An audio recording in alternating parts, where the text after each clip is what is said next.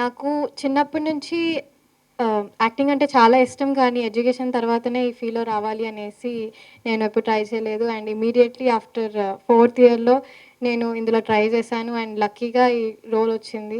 ఒక యాక్ట్రెస్‌కి ఫస్ట్ నుంచి లాస్ట్ దాకా స్క్రీన్ టైమ్ దొరకడం చాలా అదృష్టం అని చెప్పొచ్చు.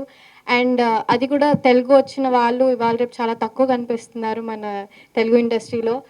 సో మీరందరూ కూడా మే 16థ్‌కి ఫిల్మ్ రిలీజ్ అవుతుంది. ఒక మంచి మెసేజ్ ఓరియెంటెడ్ ఫిల్మ్ ఇది. బ్యూటిఫుల్‌గా ఒక 90స్ లవ్ స్టోరీ పోర్ట్రే చేస్తున్నాం మేము ఈ ఫిల్మ్‌లో. Also about criminal reformation and social justice మీద కూడా మాట్లాడుతున్నాము. సో మీరందరూ మే 16థ్‌న ఈ ఫిల్మ్ చూడాలి. అండ్ మీరందరూ కూడా మమ్మల్ని ఎంకరేజ్ చేయాలి. ఒక ఫ్రెష్ ఫేస్‌ని ఎంకరేజ్ చేయాలని కోరుకుంటున్నాను. Thank you so much. It's a beautiful love story, and as Tanmay was saying, 90s love story, and it's a movie on hope and on second chances. So, movie is coming on 16th in another 2 days. Please do support us and watch the movie. Thank you. So ముందు చెప్పినట్టుగా రేపు premiere show అండి and May 16థ్కి release. ఈ ఈ cinema 91 Chunduru massacre, 93 Chilakaluripet bus burning incident, 97 Jubilee hills bomb blast, ఈ 3 incidents ఆధారంగా చేసుకున్న cinema అండి. But 90% of the film 93 Chilakaluripet bus incident అండి. దాంట్లో ఈ అబ్బాయి వీళ్ళ ఫ్రెండ్ బస్సుని తగలబెడతారు. బట్ ఈ అబ్బాయి అమ్మాయి వీళ్ళది మెయిన్ లవ్ స్టోరీ. ఇది 90% ఆఫ్ ద ఫిల్మ్ అండి. చుండూరు చూపించింది జస్ట్ ఇంకా చిలుకలూరుపేట చూపించింది ఏంటంటే దీనిలో బస్ తగలబెట్టిన తర్వాత 23 మెంబర్స్ చనిపోవడం అనేది చాలా పెద్ద పాపం. అది పెద్ద పెద్ద సిన్, పెద్ద క్రైమ్.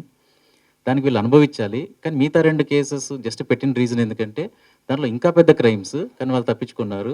ఆ కాంట్రాస్ట్ ఆఫ్ జడ్జిమెంట్స్ చూపించడానికి ఆ 2 వాడుకున్నామండి. But 90% of the film Chilakaluripet bus incident ఎందుకు జరిగింది, ఎలా జరిగింది, జరిగిన తర్వాత వాళ్ళు జైల్లో ఏమైంది, ఇప్పుడు ఏమైంది పరిస్థితి, విక్టిమ్స్ పాయింట్ ఆఫ్ వ్యూ నుంచి కూడా అండి. వీళ్ళు అప్పుడు చనిపోయిన వాళ్ళ పరిస్థితి ఏంటి, వాళ్ళ పిల్లల పరిస్థితి ఏంటి, ఇది ఫిల్మ్ అండి టోటల్గా. బట్ బేసిక్గా స్టోరీ వరకు వచ్చేసరికి ఒక బ్యూటిఫుల్ లవ్ స్టోరీ. ఈ అబ్బాయి అమ్మాయిది ఒక 32 సంవత్సరాల జర్నీ ఎలా జరుగుంటుంది స్టార్టింగ్ నుంచి ఎండింగ్ వరకు అనేది మెయిన్ స్టోరీ అండి. సో కొంతమంది అడుగుతారు అసలు ఇప్పుడు ఏం అవసరం ఉంది, అది ఎప్పుడో జరిగింది ఇది కదా అని. నేనేమంటానంటే ఇప్పుడు కూడా జస్టిస్ అనేది అందరికి సమానం కాదు. డబ్బులున్నా, మీకు పవర్ ఉన్నా, ఇన్ఫ్లుయెన్స్ ఉన్నా మీకు వేరేలాగా ఉంటుంది, లేని వాళ్ళకి వేరేలాగా ఉంటుంది అని కొంచెం మార్పు ఏమైనా బెటర్ వచ్చిందా అంటే నాకు డౌటే అండి. ఎందుకంటే హైకోర్టు వరకు వెళ్ళి, సుప్రీంకోర్టు వరకు వెళ్ళి ఫైట్ చేసే రిసోర్సెస్ ఉన్న వాళ్ళకి వేరే జడ్జిమెంట్ వస్తుంది, ఇవి లేని వాళ్ళకి వేరే జడ్జిమెంట్ వస్తుంది. అది అప్పుడేం మారలేదు, ఇప్పుడు కూడా సేమ్. సో కొంతమంది అప్పుడు ఇన్సిడెంట్స్ ఇప్పుడు రెలవెంటా అవసరం అంటే నేనైతే 100% రెలవెంట్ అంటానండి. ఇన్సిడెంట్స్ ఓ జర్నలిస్ట్కి 24 అవర్స్లో సుప్రీంకోర్టు దగ్గర నుంచి బెయిల్ వస్తుంది. ఇప్పుడు కూడా ఇంకొక జర్నలిస్ట్కి 2 సంవత్సరాలు పడుతుంది.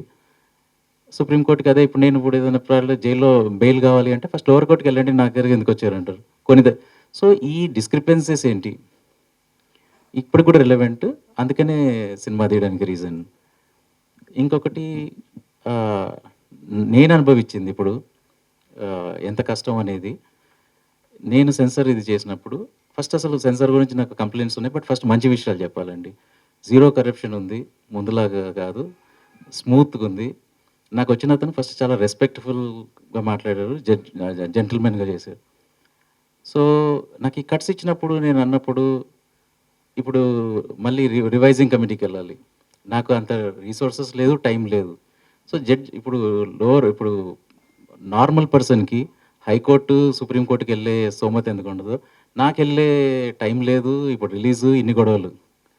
సో చిన్నవండి. ఇప్పుడు ఫర్ ఎగ్జాంపుల్ నేను ట్రైలర్ ఇది చేయాలంటే కులం వాడద్దు అన్నట్టు. మరి కులం వాడద్దు అని అంటే ఇప్పుడు సెంట్రల్ గవర్నమెంట్ మొన్న కులగణన ఎందుకు పెట్టింది, స్టేట్ గవర్నమెంట్ ఎందుకు పెట్టింది రెలవెంట్ కాకపోతే. అది తీసేయడం అనేది ఉండాలి, కానీ వర్డ్ వాడడం అనేది దాంతో ఏం యూజ్ అండి. ఇంకొక దగ్గర వీళ్ళు మాట్లాడుకునే భాషలో నీ అమ్మ అంటారు, సరే అనొద్దు అని ఉంది, వాళ్ళ గైడ్ లైన్ ఉందనుకుందాం, తప్పేం లేదు. మరి మిగతా సినిమాలలో ఎట్లా వాడుతున్నారు? నేను చాలా తక్కువ వైలెన్స్ చూపించాను సినిమాలో, చాలా తక్కువ సెన్సిటివ్ టాపిక్స్. నేను రెచ్చగొట్టే విధంగా రాయలేదు, రెచ్చగొట్టే విధంగా తీయలేదు. ఎంత అవసరమో అంతే చెప్పాను. కానీ దానికి నాకు 70% తీసేయాలన్నారు. బయటకు వెళ్ళి వేరే తెలియని వాళ్ళు చూస్తే ఇది బ్లాక్ అండ్ వైట్ ఎందుకు అవుతుంది? ఇక్కడ కట్స్ ఎందుకున్నాయి? ఎన్నో రియల్ లైఫ్ ఫుటేజ్ తీసేయమన్నారు. ఎన్నో పేర్లు తీసేయమన్నారు. ఎన్ని అన్నిటికి ఒప్పుకోవడానికి రీజన్ ఏంటంటే ఎక్కడో కాంప్రమైజ్ ఇప్పుడు నెక్స్ట్ ఏంటి? సరే ఇంతే అని. నా ప్రాబ్లమ్ ఏంటంటే మరి ఇది వయలెన్స్ ఇది కాకపోతే కొంతమంది ఏమనుకుంటారంటే మిగతా వాళ్ళకి ఏ ఇస్తున్నారు కదా! నో గైడ్‌లైన్స్ అట్లా పనిచేయవండి. Certificate A. కానీ ఈ గైడ్‌లైన్స్ ప్రకారంగా దాంట్లో కూడా వయలెన్స్ ఉండడానికి వీల్లేదు. ఒక లిమిట్ తర్వాత. ఏ ఇచ్చిన తర్వాత కూడా ఇవి చేయమని అంటారు. ఇప్పుడు యాక్చువల్ రూల్స్ ప్రకారంగా. ఒకటే క్వెషన్ ఏంటంటే ఇప్పుడు మీడియా ముందు మాట్లాడే ఛాన్స్ దొరికింది కాబట్టి అవే గైడ్‌లైన్స్ అందరికెందుకు సేమ్ లేదు?